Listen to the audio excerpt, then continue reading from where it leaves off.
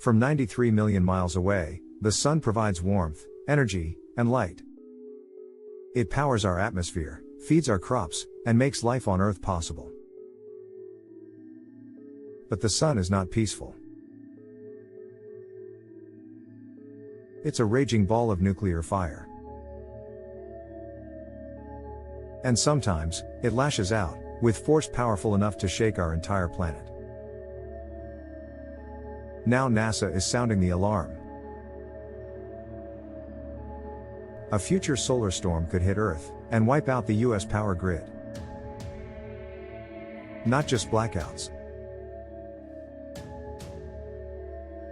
Not just satellite disruption. We're talking about total collapse, communications, power, internet, and national infrastructure, gone. And the worst part? It's not a question of if, but when. Let's start with the science. The sun constantly releases energy in the form of light, heat, and particles. But sometimes, it erupts in a violent burst called a coronal mass ejection, or CME. This sends billions of tons of plasma and charged particles hurtling through space. If a CME hits Earth directly, those particles interact with our magnetic field. The result? A geomagnetic storm, a solar-powered shockwave that can disrupt nearly everything we rely on. Radio communications fail. GPS systems are knocked offline. Satellites fry. Power grids overload. Transformers explode.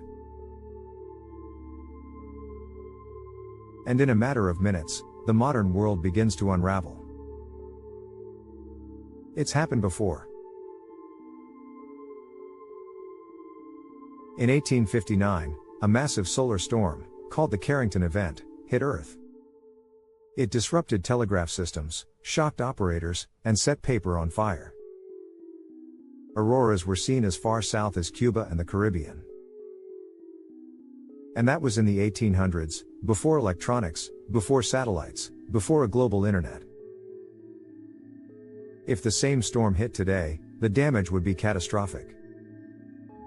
NASA and NOAA estimate that a Carrington-level event could cause $1 to $2 trillion in damages. It could take months, or years, to fully restore power across major regions. Hospitals, airports, water treatment facilities, and stock markets would go dark. In 1989, a smaller solar storm hit Quebec and knocked out the power grid for 9 hours. 6 million people were left in darkness, with no warning. Now imagine that storm. Multiplied by 10. That's the risk we're facing now. NASA is watching the sun closer than ever before. Its Parker Solar Probe is flying closer to the sun than any spacecraft in history. The Solar Dynamics Observatory tracks solar flares and magnetic field activity in real time. And predictive models are improving. But the truth is, even with warnings, we still have very little time to react. A CME takes just 18 to 48 hours to reach Earth once it's released. And once it hits, the damage is almost instant. We might have hours, not days, to shut down satellites, redirect flights, and protect power grids. So what does this mean for the United States? The US power grid is fragile, built on old infrastructure, with minimal protection from geomagnetic storms. High-voltage transformers, which regulate electricity, are extremely vulnerable to surges from solar storms. And they're not easy to replace. Some take 12 to 24 months to manufacture, and there are only a few global suppliers. If a major storm hits the US, hundreds of these transformers could be destroyed. There are not enough spares. There is no fast recovery plan. Entire cities could go dark for weeks. Or longer. Now consider the ripple effects. Cell towers go offline. Internet providers lose power. Emergency services can't communicate. Banking systems freeze.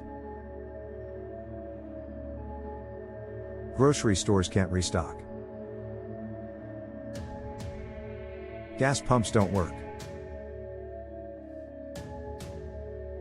Hospitals run on limited generators. Air travel halts. Stock markets collapse.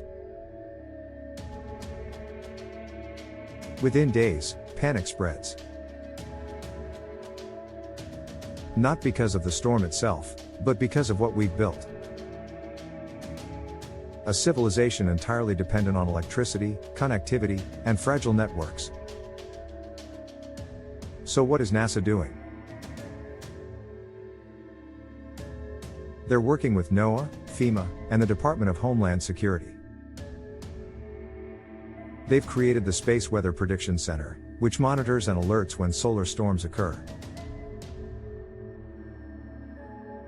They've developed simulations of grid response. They're designing satellites that can better withstand radiation. But here's the issue, most of this work is reactive, not preventive. We're watching the skies, but we haven't armored the ground.